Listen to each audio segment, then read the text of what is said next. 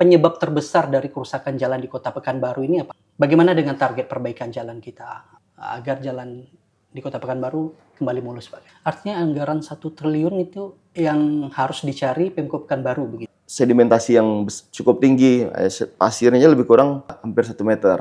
Menggelontorkan anggaran untuk kondisi jalan berlubang ini, untuk overlay jalan ini mungkin tahun inilah jumlahnya sampai 29 ruas jalan, biasanya 8 ruas jalan. Bukan kita mengelak sebagai pemerintah, tidak. Tapi ini harus ada dukungan dari salah satunya masyarakat tadi, faktor masyarakat menentukan terhadap kondisi-kondisi seperti ini.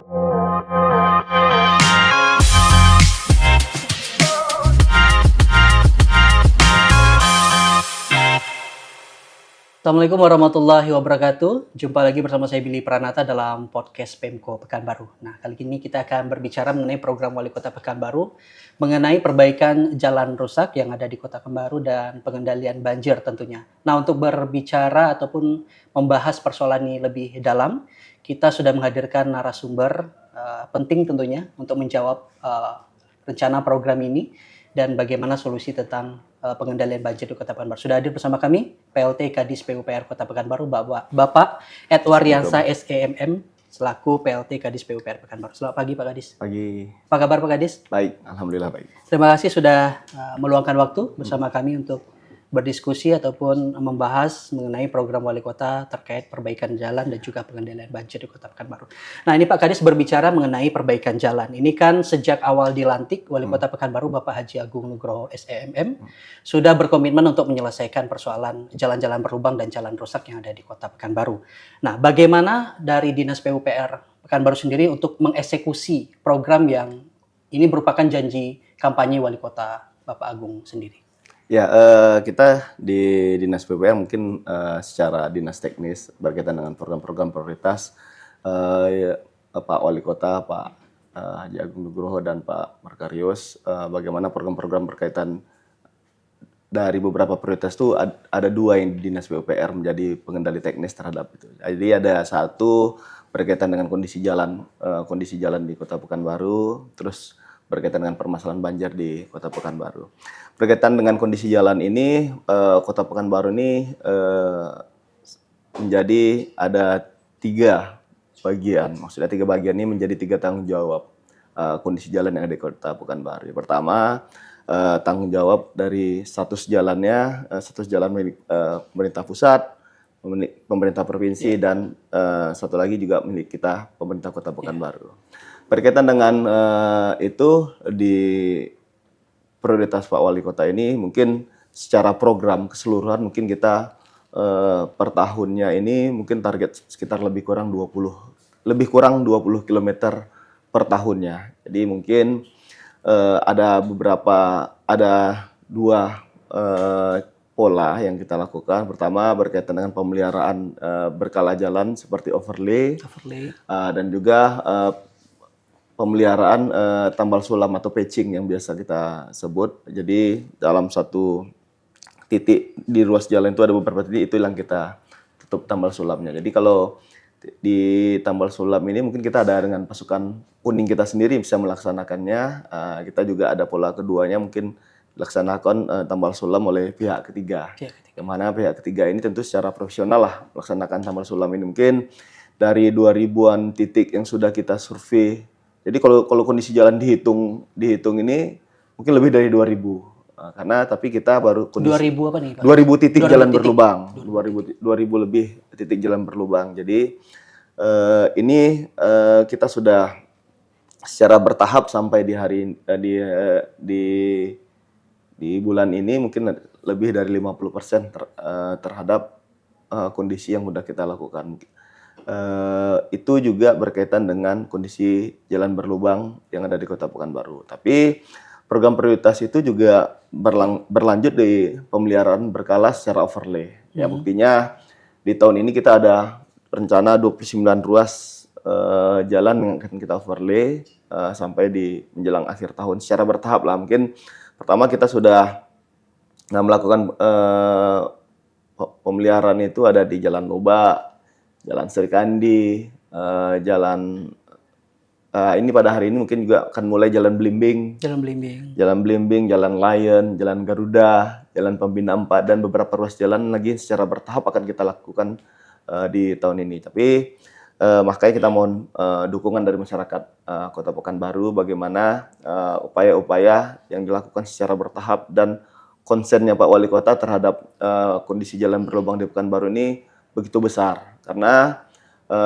tahun inilah ya lebih kurang hampir 2 tahun lebih saya jadi kepala dinas inilah menggelontorkan anggaran untuk kondisi jalan berlubang ini, untuk overlay jalan ini mungkin tahun inilah jumlahnya sampai 29 ruas jalan, biasanya 8 ruas jalan. Jadi makanya ini saya lihat ini konsen terhadap Pak Wali Kota ini terhadap pemeliharaan jalan di Kota Pekanbaru. Jadi saya pikir sama-sama kita dukung, sama-sama juga masyarakat bahwa kita sama-sama jaga kebersihan di lingkungan sekitar, apalagi para pelaku usaha.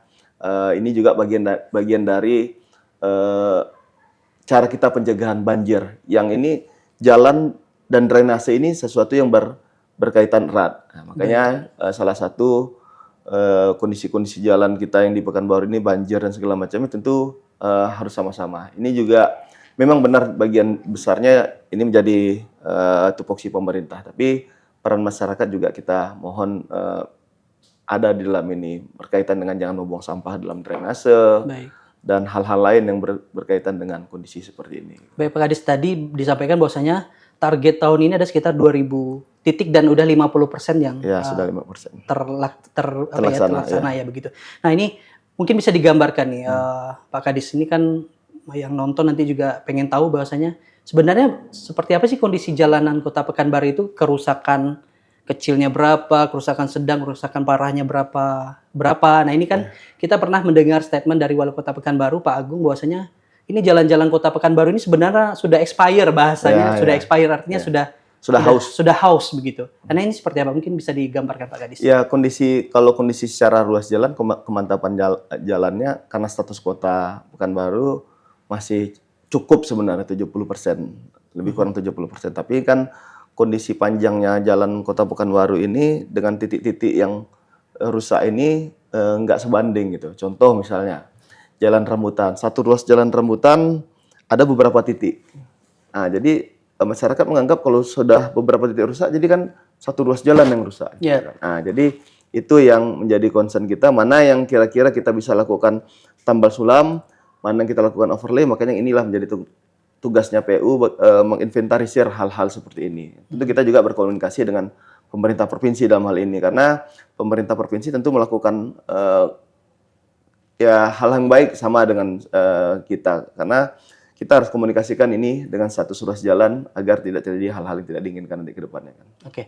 Kalau di lapangan sendiri Pak Kadis, Dinas PUPR melihatnya penyebab terbesar dari kerusakan jalan di Kota Pekanbaru ini apa? Karena memang sudah habis masa ininya, masa ketahanan jalan itu, atau ada penyebab-penyebab lain? Ada dua sih kalau kami melihatnya. Satu, pertama expirednya terhadap hausnya kondisi jalan, terus masalah drainase. Jadi air ini aspal ini kalah dengan air kan. Takut dengan air. Takut dengan air. Jadi kondisi drainase di Kota Pekanbaru boleh kita sampaikan mungkin ini sedikit agak mengkhawatirkan. Nah, tapi inilah tugas kita, konsennya Pak Wali Kota sekarang ke depannya. Ya mungkin kita tahun 2020 sudah ada master plan banjir. Tapi kita belum punya master plan drainase. Bagaimana konektivitas drainase dari perumahan, jalan tersier sampai ke sungai nantinya itu juga terhubung. Nah, ini yang sedang kita pelan-pelan nanti ke depannya bagaimana konektivitas seluruh drainase Kota Pekanbaru ini berjalan dengan baik. Nah, jadi ini tentu juga harus tetap kepada peran masyarakat ya, yang di rukonya jangan ditutup dan segala macam. Nanti mungkin ada aturan-aturan yang akan dibuat tegas oleh pemerintah Kota Pekanbaru berkaitan dengan penutupan drainase. Karena contohnya di Jalan Arifin Ahmad. Kita sudah mulailah berkaitan dengan pengurangan sedimentasi yang ada di jalan. Artinya perbaikan jalan harusnya juga sejalan dengan perbaikan drainase begitu, Pak Kadis.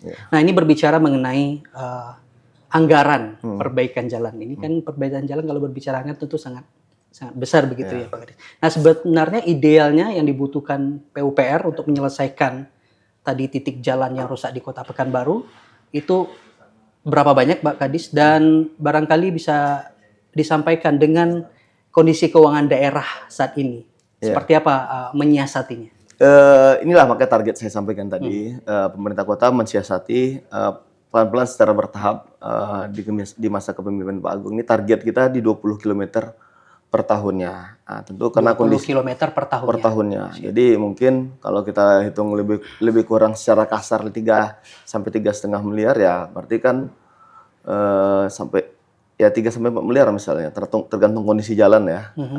Kita bisa hitung berapa kan secara kalkulasi kita butuh uang per tahunnya untuk itu. 3 miliar untuk Per kilometernya. per kilometernya. Artinya kalau 20 km setiap tahun kali 3 begitu ya. Ya, Kurang lebih 60 sampai 80 miliar. Iya, yang mesti kita Ini angka yang cukup besar atau cukup besar. Cukup besar. Ya, karena dengan kondisi keuangan pemerintah Kota Pekanbaru tuh ini kita harus memikirkan hal-hal lain yang berkaitan dengan kepentingan masyarakat juga. Ini hitungannya 3 miliar tadi ini rigid payment atau aspal? Aspal. Ya. Tapi dalam pengerjaan di lapangan ada yang Lebih kurang sih, estimasinya seperti itu gitu. baik. Nah, kondisi real di lapangan sesuai existing kan. Baik. Nah, ini berbicara mengenai kewenangan jalan tadi, Pak Kadis. Nah, tadi dari 2000 titik yang disampaikan tadi, ini sebenarnya jalan kota. Jalan kota. Jalan kota. Jalan kota. Nah, mengenai jalan-jalan yang juga milik provinsi dan milik Kita usaha juga- yang berstatus nasional, apakah ini juga kita anggarkan atau kita sharing budget dengan pihak? Sharing kita menyampaikan tentu secara porsi tentu si pemilik yang melakukan pemeliharaannya berkaitan dengan itu contoh Jalan Riau itu kan status ruas jalan milik pemerintah provinsi. Jadinya kami Dinas PUPR kan kalau di Dinas PUPR provinsi ada namanya UPT 1 untuk menangani wilayah Pekanbaru dan sekitarnya. Jadi kita berkomunikasi, koordinasi sama pemerintah provinsi. Sampai sejauh ini berjalan dengan baik dan lancar lah kalau untuk komunikasi itu. Tinggal bagaimana teman-teman kami di lapangan juga dengan keterbatasan yang ada, mungkin masyarakat ngomel atau ada masyarakat yang jalannya rusak, tentu pemerintah mungkin secara bertahap melakukan perbaikan-perbaikan yang ada di Kota Pekanbaru. Artinya sinergi antar Ya. pemerintah daerah Iya. berjalan dengan baik. Berjalan dengan baik. Berkaitan itu juga sama dengan kondisi banjir ya. Kondisi banjir ini juga kan tentu kita juga sungai ini kan kewenangannya BWSS, BWSS 3, Kementerian PU. Kita juga sudah melakukan kerjasama penandatanganan MOU-nya, kerjasamanya berkaitan dengan pemeliharaan sungai yang sudah kita lakukan. Pertama di Sungai Sahil.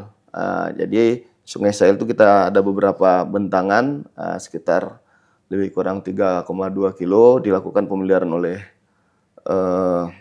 pemerintah kota. Selanjutnya dari Harapan Raya sampai ke Wata sampai ke hilirnya dilakukan oleh balai. Jadi kalau ini ya bentuk sinergisitas yang kita lakukan kepada pemerintah pusat juga kepada pemerintah provinsi. Baik, ini dalam kasus pengendalian banjir. Pengendalian gitu ya, banjirnya Pak. ya. Pak Kadis, ini dengan kondisi keuangan daerah saat ini yang kita tahu bahwasanya tidak hanya dirasakan oleh Kota Pekanbaru, beberapa daerah lain di Indonesia juga merasakan defisit anggaran yang cukup besar karena adanya pemotongan anggaran dari pusat.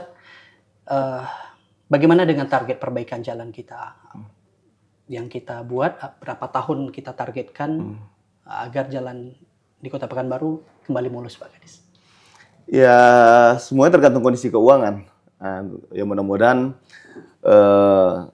kami sesuai target 20 km tentu disupport dengan keuangan yang ada. Jadi kalau kita berbicara target, kalau nggak disupport dengan kondisi keuangan yang ada di pemerintah kota kan juga sulit kami melaksanakan sama dengan omon-omon juga kan. Jadi mudah-mudahan ini kan berkaitan juga dengan PAD kita. Kalau PAD-nya besar ya kita bisa melaksanakan kebijakan kegiatan-kegiatan prioritas juga kembali kepada masyarakat.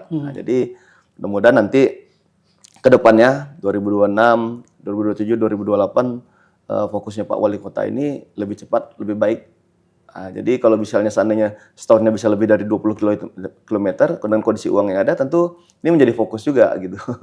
Baik, ini dengan keterbatasan anggaran ini memungkinkan nggak Pak Kadis, misalnya pihak swasta untuk membantu perbaikan jalan yang ada? Iya, memungkinkan sekali. Nah, upaya yang kita dengan pihak swasta sudah ada komunikasi nggak Pak?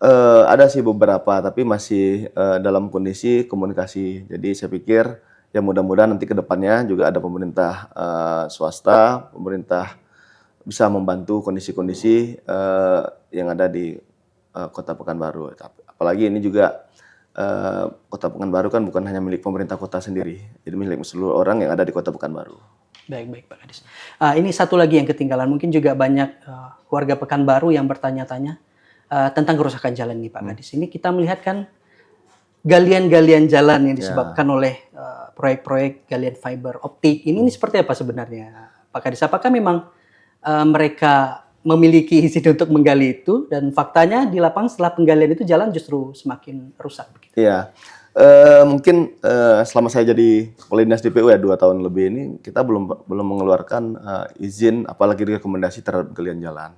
Ya kondisi yang ada sekarang di lapangan mungkin kita sampaikan mungkin nggak ada izin untuk galian jalan. Mungkin pengawasan ini kita harus lebih ketatkan terhadap kondisi-kondisi di lapangan. Jadi kami mohon kepada juga masyarakat, ya terhadap galian-galian jalan ini juga disampaikan. Ini ada pekerjaan yang dilakukan oleh fiber optik, ada yang PDAM, ada IPAL kemarin. Tapi kalau IPAL sekarang kondisinya tinggal SR-nya lagi yang akan kita laksanakan. Terus PDAM juga masih ada beberapa ruas jalan yang masih akan dalam perbaikan. Tapi tentu ini sesuai dengan spek teknis yang harusnya dilaksanakan. Pengembalian terhadap kondisi jalan ini benar-benar sesuai dengan spek teknis yang ada dalam kontrak yang tertuang kepada PDAM atau kepada pihak ketiga yang sedang berjalan. Nah, makanya kami himbau juga teman-teman yang melaksanakan aktivitas di luar, baik itu galian fiber optik, apalagi fiber optik ya juga nggak punya izin gitu kan. Nah, jadi kita harus sama-sama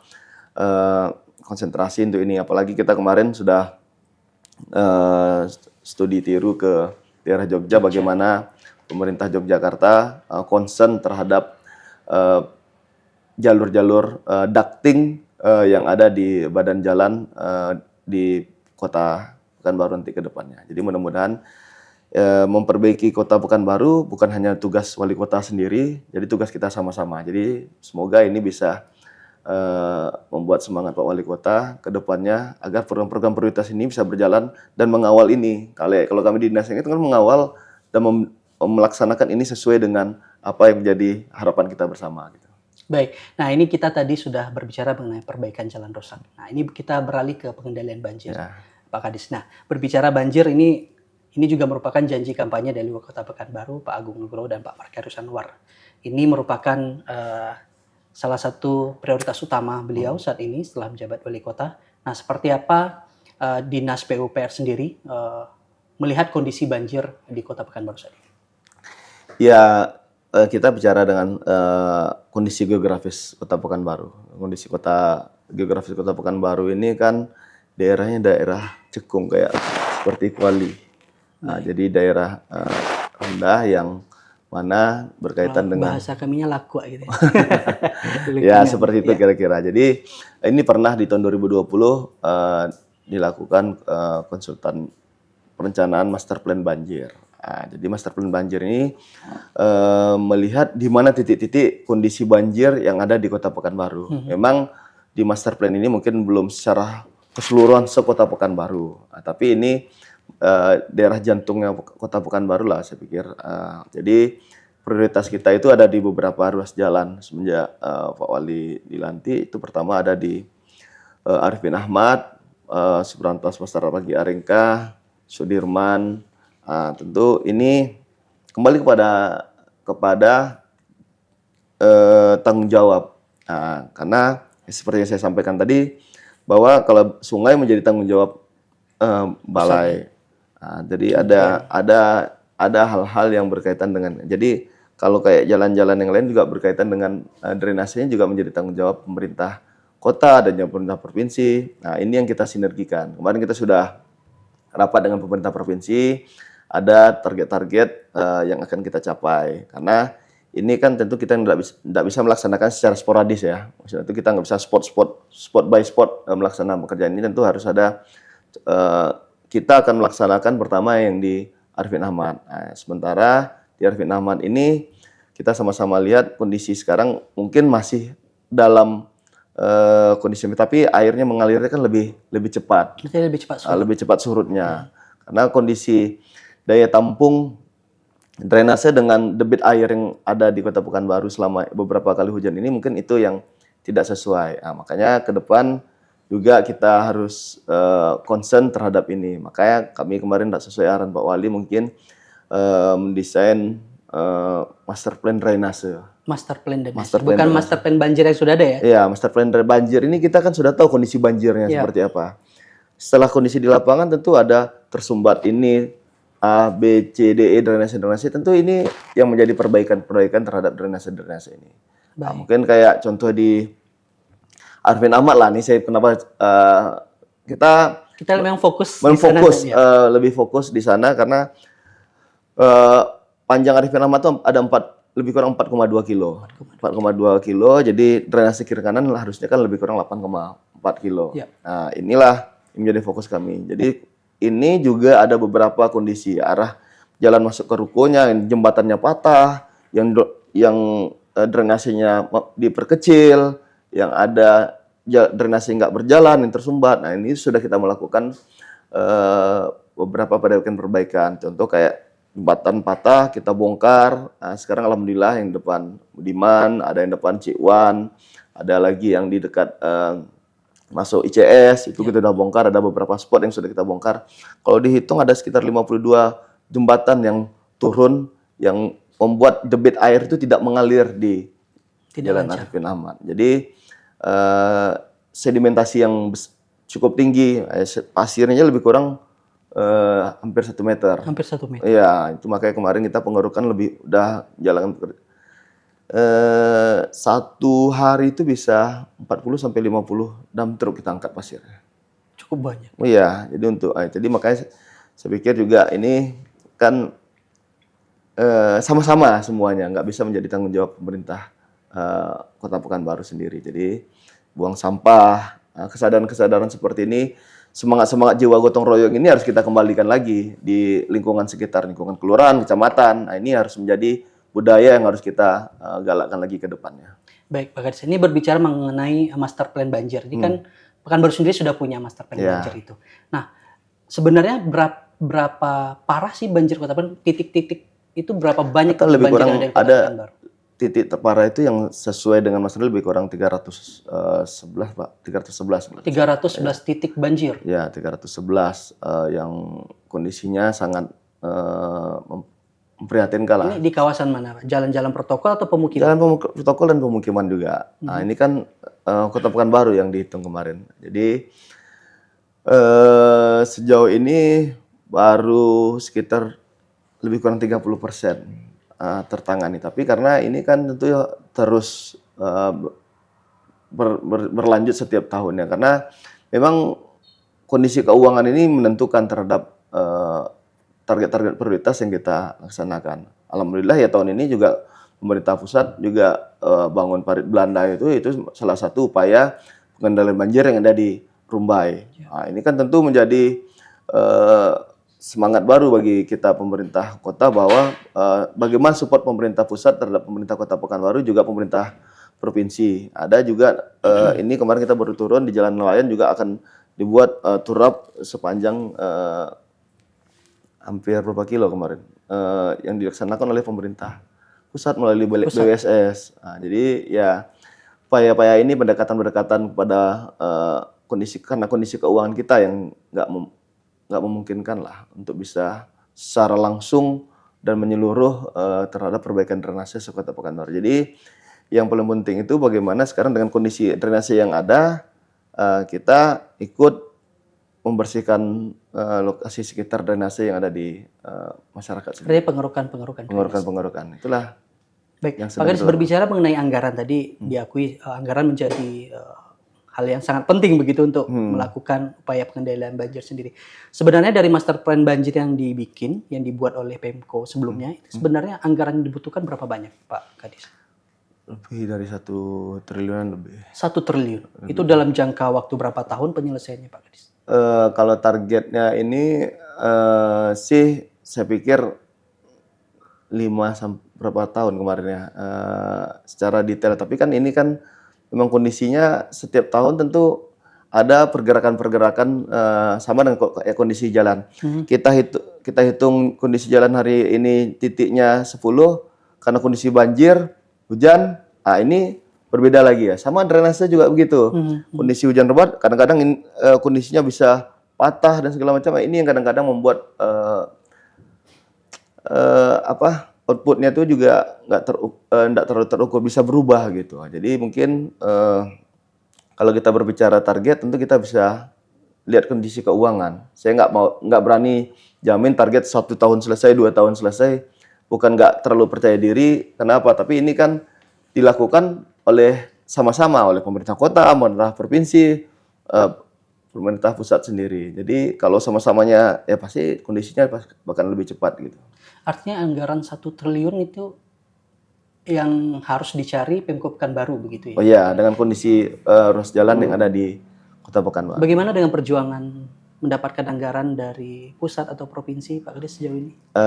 Ya ini baru komunikasi lah. Ini kan minggu lalu juga kita komunikasi dengan Kemenko Infrastruktur, bagaimana celah-celahnya, gimana upaya-upaya ini kita segera lakukan. Mungkin secara bertahap nantinya ke depannya supaya pemerintah pusat tergerak hatinya membantu pemerintah Kota Pekanbaru. Tapi udah berusaha menjemput bola Ya, berusaha ke pusat. ya mudah-mudahan nanti ada hasilnya. Nanti kalau kita sampaikan belum ada hasilnya nanti menjadi janji-janji lagi karena omong-omong lagi gitu. Baik. Nah, berbicara mengenai banjir Pekanbaru yang tadi disampaikan, sebenarnya apa sih yang menjadi penyebab utama banjir di Kota Pekanbaru ini? Apakah memang kondisi geografis tadi yang disampaikan oleh Pak Kadis, atau ada faktor-faktor lain yang menjadi penyebabnya? Drainase. Drainase. Iya. Banyaknya Drainase ini maksudnya drainase yang rusak, drainase yang drainase memang rusak, tidak banyak ada, yang tidak ada. atau tidak terkoneksi begitu? Itu semuanya. Semuanya ada gitu. Nggak connect, nggak ada drainasenya, nggak tertampung debit airnya. Semuanya drainase sudah tersumbat begitu. drainase tersumbat. Nah, semuanya ada di dalam 3 faktor-faktor ini gitu. Dan paling dominan yang mana Pak Kadis? Tersumbat karena sedimentasi yang tinggi dan banyaknya sampah yang ada di dalam drainase gitu. Baik. Salah satunya, terbesarnya itu. Baik. Nah, ini bagaimana solusi? Bagaimana solusi yang ditawarkan oleh Dinas PUPR ke depan agar memang persoalan banjir ini secara simultan dapat diselesaikan, Pak Kadis? Ya, kalau kita pertama tentu perbaikan drainase Kota Pekanbaru. Perbaikan drainase. Nah, terus ada beberapa spot dan beberapa titik yang dilakukan melalui biopori. Nah, mungkin ini kita akan pelajari juga. Kemarin sudah diskusi dengan beberapa akademisi, ada konsultasi-konsultasi lah kita. Ada beberapa spot yang bisa kita lakukan dengan biopori.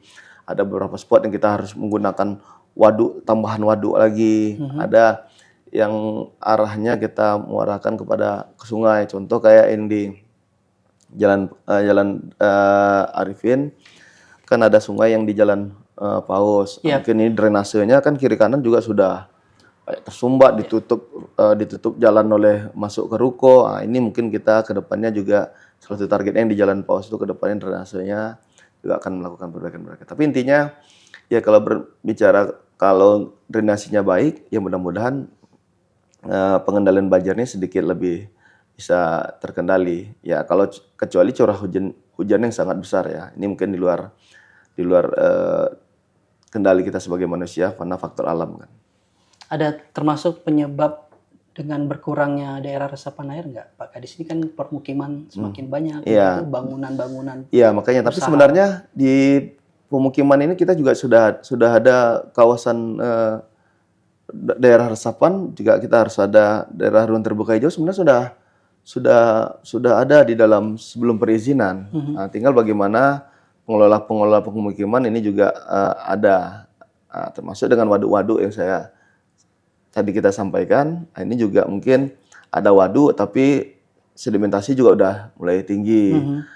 Aliran air kepada waduknya juga nggak lancar. Nah, ini yang ya kalau dibilang kita harus berharap kepada seluruh pasukan kuning melalui pemerintah kota, ya kan cuma sekitar 200-an orang pasukan kuning.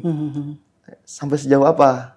Nah, kalau kita berpikirnya harapannya hanya untuk bergantung kepada pemerintah. Makanya saya sampaikan tadi, ini bukan kita mengelak sebagai pemerintah, tidak. Tapi ini harus ada dukungan dari faktor yang ada yang di lingkungan. Salah satunya masyarakat tadi, faktor masyarakat menentukan terhadap kondisi-kondisi seperti ini. Ya maksudnya di sini kita harus sama-sama menjaga kota kita, sama-sama untuk kota kita yang lebih layak lagi ke depannya. Artinya dukungan masyarakat sangat besar Sangat terhadap besar. Ya. pengendalian banjir di Kota Ya. Pekanbaru. Salah satu tidak membuang sampah. Yang membuang sampah itu pun harus kita kesadarannya ada lagi nanti kita buat. Kesadarannya memilih sampah, memilah-milah Memilah sampahnya, sampah lagi. memilah sampahnya lagi nanti kan. Baik, baik. Makasih Pak Kadis, mungkin itu dulu yang bisa kita bahas pada kesempatan kali ini. Barangkali ke depan kita jauh lebih banyak lagi berbicara mengenai program-program PU, karena bukan ini saja barangkali program PU, tentu banyak program lainnya. Kita berharap memang apa yang kita bicarakan ini dapat dipahami masyarakat dan tentunya ini bisa memotivasi masyarakat untuk ikut berperan aktif dalam menyelesaikan persoalan jalan rusak dan juga banjir di Kota Pekanbaru. Sekali lagi terima kasih Pak Kadis. Dan demikian podcast kita pada kesempatan kali. Terima kasih atas perhatian Anda. Saya Billy Pranata undur diri. Wassalamualaikum warahmatullahi wabarakatuh. Waalaikumsalam. Sebentar ya.